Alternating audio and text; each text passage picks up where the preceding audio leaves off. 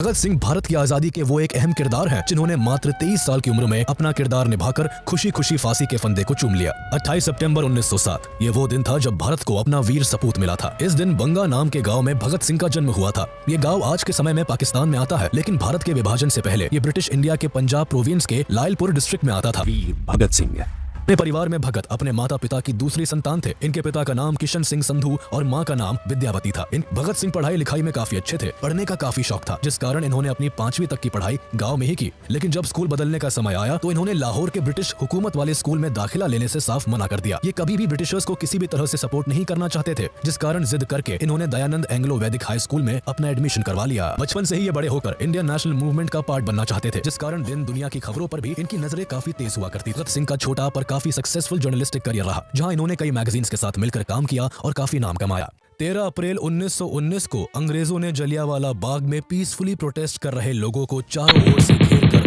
मौत के घाट उतार दिया था। तो उनके अंदर ब्रिटिशर्स के खिलाफ अत्यंत क्रोध और बदले की भावना उत्पन्न हुई। उन्होंने एक बोतल में खून से सनी हुई मिट्टी को भरा और वापस लाहौर आ गए। यहां आने के बाद उन्होंने ब्रिटिशर्स को भारत से मार भगाने का प्रण लिया। उन्हें यह पूर्ण विश्वास था कि गांधी जी अपने अथक प्रयासों से देश को आजाद करवा लेंगे।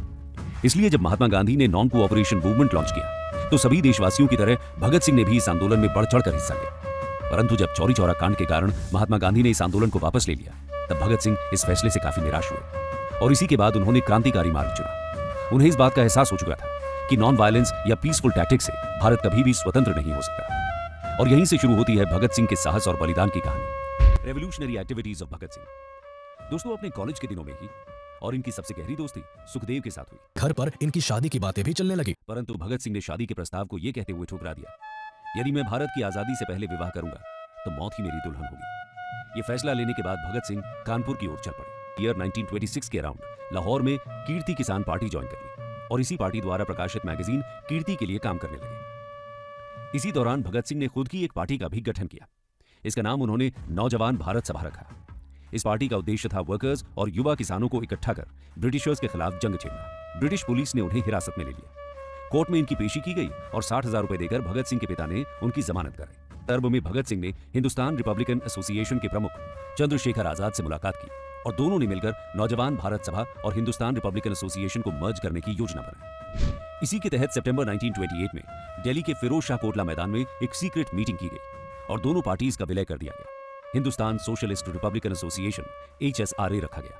लाला लाजपत राय एक ऑल पार्टी प्रोटेस्ट को लीड कर रहे थे। पुलिस वाले राय को लाठी से इतना मारते हैं कि इन्हें हॉस्पिटल में एडमिट करवाना पड़ता है। कि लाला लाजपत राय की सबसे बुरी हालत होती है, जहां इंजरीज के कारण 17 नवंबर 1928 को लाला लाजपत राय की मौत हो जाती है। और इसी बदले की आग में फाइनली भगत सिंह और उनके सभी रेवोल्यूशनरी साथियों ने मिलकर जेम्स ए स्कॉट की हत्या करने की योजना बनाई। जेम्स स्कॉट ने ही प्रदर्शनकारियों पर लाठीचार्ज का आदेश दिया था। योजना के मुताबिक जेम्स स्कॉट जिस पुलिस थाने में तैनात था, उसके पास ही भगत सिंह और उनके साथी छुप गए और जैसे ही उन्होंने एक पुलिसमैन को थाने से बाहर आते हुए देखा, उन्होंने उस पर गोलियों की बरसात कर दी और वहां से भाग खड़े हुए। परंतु इस पूरे हत्याकांड में एक बहुत बड़ी गलती हो गई थी। दरअसल उनके साथ जयगोपाल स्कॉट की सही पहचान नहीं कर पाए और उन्होंने स्कॉट की जगह लाहौर के deputy superintendent of police James Saunders की हत्या कर दी। सॉन्डर्स के मर्डर के कारण भगत सिंह और उनके सभी साथियों को पकड़ने के लिए पुलिस ने अपनी सर्च ऑपरेशन तेज कर दी। भगत सिंह का पुलिस की नजरों से बचकर भाग निकलना काफी मुश्किल हो गया था, जिसे एग्जीक्यूट करने के लिए 19 दिसंबर 1928 को सुखदेव HSRA के मेंबर प्रोफेसर भगवती चरण वोहरा की वाइफ दुर्गावती देवी को बुलाते हैं, जो भगत सिंह की भागने में मदद करती है। 1 साल तक ब्रिटिश पुलिस सरदार भगत सिंह को अरेस्ट करने में नाकामयाब रहती है, पर फिर 1929 में भगत सिंह अरेस्ट हो जाते हैं और ये गिरफ्तारी भी ब्रिटिश पुलिस की कोई सफलता नहीं होती। भगत सिंह ने तो खुद ही अपने को अरेस्ट करा लिया था। इंडियन नेशनलिस्ट लीडर्स के विरोध के बाद भी ब्रिटिश गवर्नमेंट इन बिल्स को पास करने जा रही थी और इसीलिए भगत सिंह ने चंद्रशेखर आजाद, राजगुरु, बटुकेश्वर दत्त और सुखदेव के साथ मिलकर दिल्ली सेंट्रल असेंबली में बॉम्ब ब्लास्ट करने की योजना बनाई। ये बॉम्ब किसी को मारने के लिए नहीं था, बल्कि भगत सिंह के ही शब्दों में कहें तो भैरों को सुनाने के लिए था। 8 अप्रैल 1929 को भगत सिंह और बटुकेश्वर दत्त चलते सेशन के बीच पब्लिक गैलरी से असेंबली चैम्बर में 2 बॉम्ब फेंकते हैं। इन बॉम्ब्स का मकसद किसी को मारने का नहीं होता, इसी कारण इन्हें खाली जगहों पर फेंका जाता है। और जोर जोर से इनकलाब जिंदाबाद का नारा लगाते हुए कई पैम्फलेट्स हवा में उड़ाने लगते हैं, जिन पर लिखा था कि बहरों को सुनने के लिए धमाके की जरूरत होती है। भगत सिंह और उनके साथी वहां से भागने की कोशिश नहीं करते, बल्कि खुद को अरेस्ट करा लेते। दोस्तों, भगत सिंह ने जेल में भी अंग्रेजों के खिलाफ संघर्ष जारी रखा।